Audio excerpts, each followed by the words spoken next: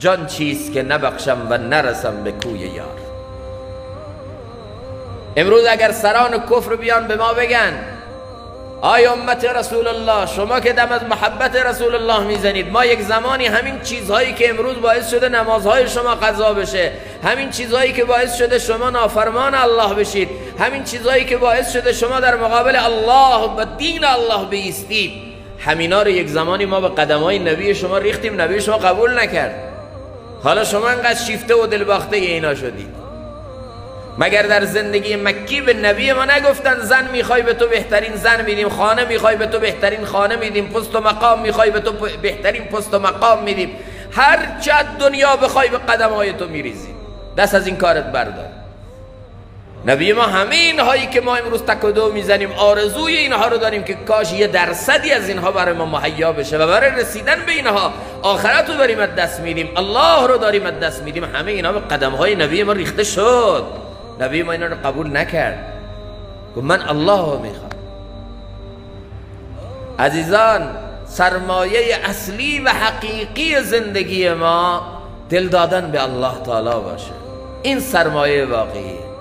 وگرنه اگر بیای و وصیت‌نامه تو طبق سنت بنویسی و وصیت‌نامه دستت باشه، هر چند وقت یک بار مرور کنی میبینید تو این اموال تو تنها کسی که هیچ سهمی نداره خود تویی.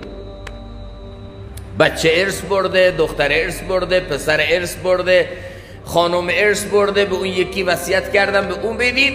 تنها کسی که تو این وصیت‌نامه و این اموال هیچ سهمی نداره اون خود منم. اینا مال من نیست.